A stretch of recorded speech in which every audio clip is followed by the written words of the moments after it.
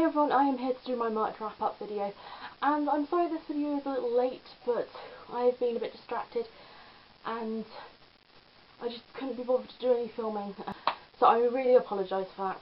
I read 8, I think, books this month, which is pretty good. So the first book I read this month was Afterlife Academy by Jamie Admons, and I read this book for a blog tour that is happening in May, so the review won't be posted until May. I really enjoyed this book.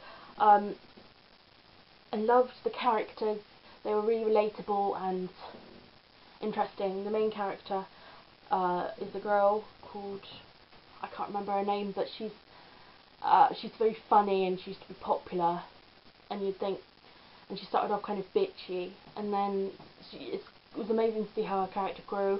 And then the main boy character was just so sweet and kind, and the world building was pretty good, and I gave this 4 out of 5 stars.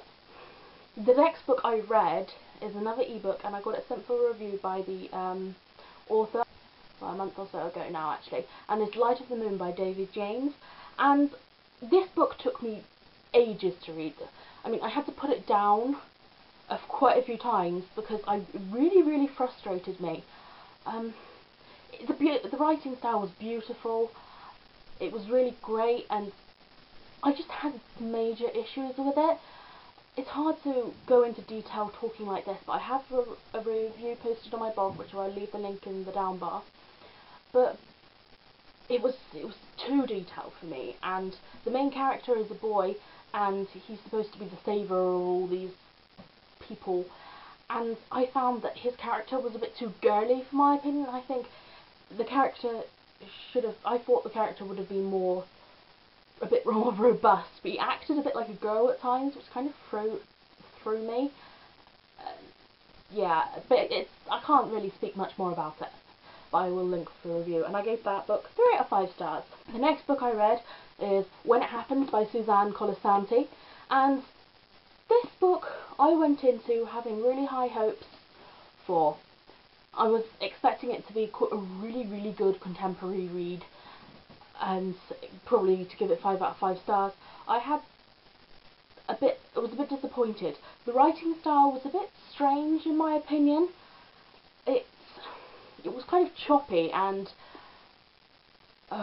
jumped from one thing to another, and then the main character, who's the main girl character in the book, she was very indecisive, and then suddenly one minute she was like this and the other minute she was like that, and I was like, I don't understand how you can go from this to that so very quickly when it comes to boys.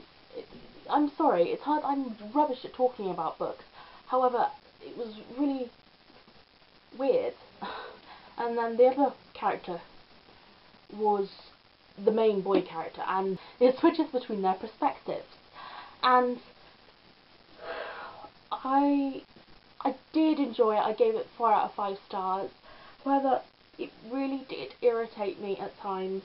It didn't seem like it was reality. I mean, obviously the author was trying to get into the heads of teenagers and try and make them act like them, but in my opinion they didn't actually act like teenagers usually do, if that makes sense. But yeah, I gave it 4 out of 5 stars though, because of the ending was pretty good. The next book I read was Aurora Sky Vampire Hunter Transfusion Volume 1, and I read this for a book tour that happened last month, at the end of last month sometime, and I really enjoyed this book.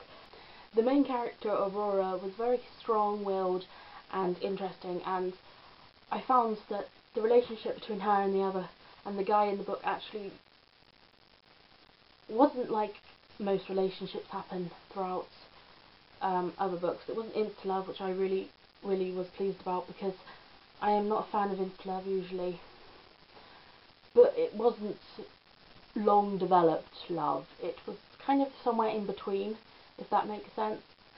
And I loved the world building, and the entire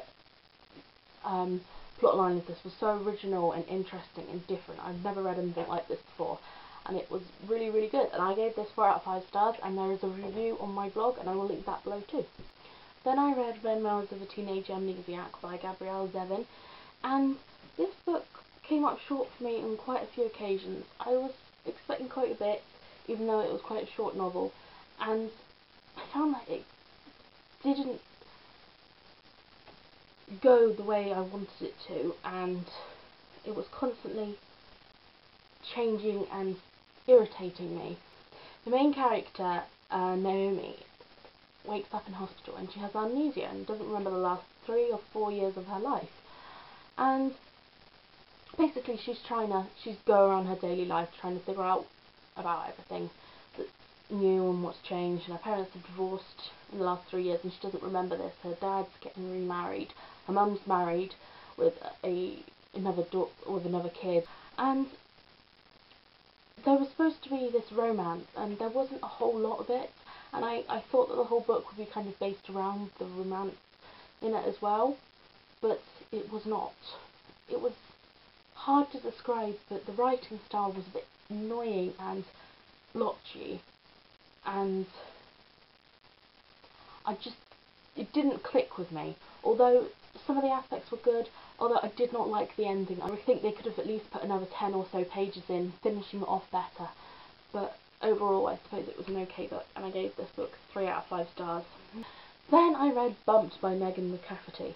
I really, really loved this book, and a virus has spread over the world, making anyone over the age of 18 infertile. And I really, really did enjoy this book. It's such a unique concept, and it was really good. Unfortunately, the thing that bumped it down the star for me, because I gave it 4 out of 5 stars, was the fact that there was so much preaching in it.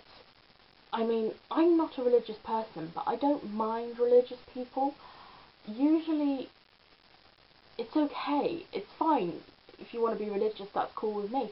And I respect that you want to be religious. But when people shove it down your faces, it really, really annoys me. And throughout this book, the girl's twin sister was brought up in a severely kind of religious community, and she's constantly going on about it, and there's too much God-related things in it. I believe that it could have been cut down a bit. I understand that the girl was religious and she wanted to convert her sister, but she really, really irritated me, and I felt like there was too much of it. The next book I read was Awakened by PC and Kristen Cast. I accidentally put it back in there because I forgot about this video. There isn't a whole lot I'm going to be able to say about it because it's the 6th book or something in the House of Night series. However, I really did enjoy it. I really liked the characters in this book, especially the new ones that they were introduced to in this one and the previous one. I love the storyline, and I just love everything about the series, but still I gave the book 4 out of 5 stars because I think it's great, and I believe the next one will be even better, hopefully, and I hope the series continues to be on this level or even higher, because it's just a great series and such an original concept with the way it's done. So the last book I read last month, in March, was Boys Don't Cry by Mallory Blackman. And I have to say, Mallory Blackman has done it again and created another fantastic novel with this book. It's about this boy who's waiting for his exam results so he can tell whether he got into his university or not. And then suddenly an ex-girlfriend turns up on his doorstep and says the baby she's carrying in her arms is actually his daughter. And she goes out to buy some nappies and she just doesn't come back. And I thought this book was really interesting because you hear a lot of stories about the girl getting pregnant and the man running off because he can't handle it or he doesn't want to be bothered with it. But this is different. It's about the mum running off. It goes on about the sacrifices you have to make with teenage pregnancy and having a child when you're a teenager, and the loss of your friends and your family having to cope with it and all that. And I love the characters in this book. The writing was amazing, like I said before, because Mallory Blackman is an amazing writer, and I gave it 4 out of 5 stars. Anyway, those are the books that I read last month in March. Thanks for watching this video, and I will see you again soon, I think. Happy reading. Bye!